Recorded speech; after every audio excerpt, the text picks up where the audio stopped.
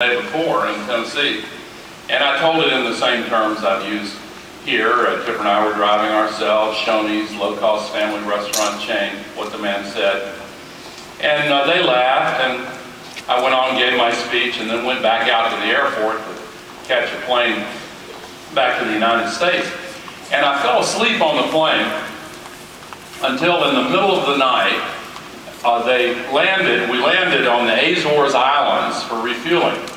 And I woke up and they opened the door and I walked out on the platform there to get some fresh air. And to my surprise, a man waving a piece of paper was running across the runway toward the plane, yelling, "Call Washington! Call Washington!" And I thought to myself, what in the world could be wrong in why? It was the middle of the night, middle of the Atlantic Ocean. What in the world could be wrong in Washington? Then I remembered it could be a bunch of things. But what it turned out to be was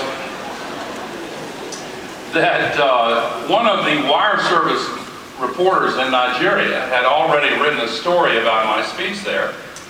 And it had already been printed all across the United States. And my staff was very concerned because the story began, former Vice President Al Gore announced in Nigeria yesterday, quote, "My wife Tipper and I have opened a low-cost family restaurant named Shoney's, and we are running it ourselves."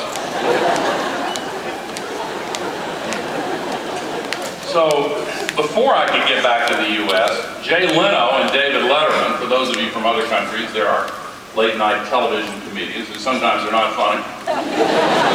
They had already had a field day with this, and one of them had me in a big white chef's hat, and Tipper was yelling at me and scribbling, "One more cheeseburger with fries."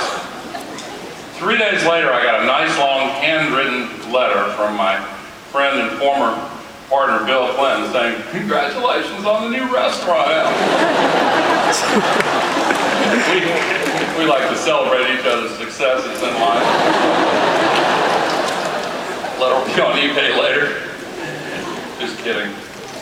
Now I am a recovering politician. I'm on about step 9. And I have really enjoyed